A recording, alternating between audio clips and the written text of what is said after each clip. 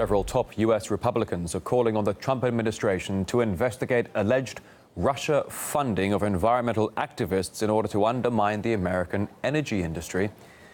RT's Maupin investigates. If you've been watching mainstream American television lately, you've probably noticed a recurring theme.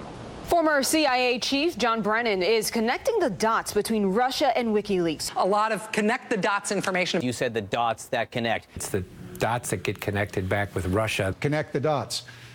Russia did it. It's a game of connect the dots. First, find something that you do not like, and then somehow blame Russia for it. And we're not just talking about Hillary Clinton losing her guaranteed presidency back in 2016.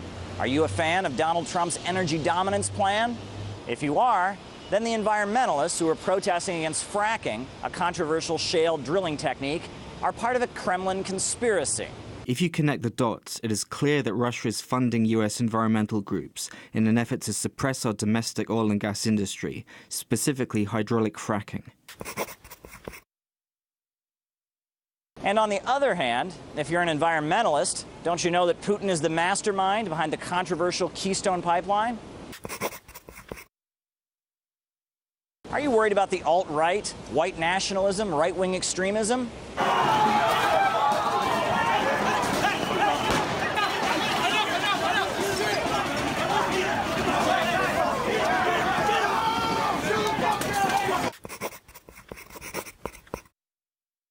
And on top of that, the Occupy Wall Street protests can be traced all the way back to Russia's secret security services.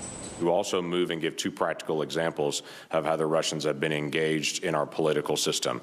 One was an anti-fracking campaign that the Russians seemed to be engaged in. Another one was the Occupy Wall Street movement that the Russians were engaged in as well. Sure, the financial crisis, low wages, income inequality had nothing to do with it. We all know that people were protesting back in 2011 because they got orders from Moscow, right?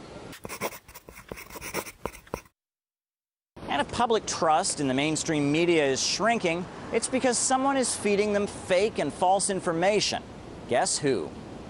What about false information, the real fake news being put out by Russians, Russian propagandists, Russian operatives? Well, that's certainly possible and is well within their in their bag of tricks is something they might try to do. Russia has become the world's scapegoat for everything, and it's this weird witch hunt that, like, now if something doesn't go someone's way and in international business or in elections or whatever, the automatic finger pointing goes to Russia. I guess it's just the automatic excuse now, especially with this fracking story in particular. Like, okay, they're saying now that Russia is involved with empowering environmentalists to stop fracking. It just doesn't make sense. So from hacking to fracking, it's all because of the Kremlin. Whenever something goes wrong, you can always say that the Russians did it.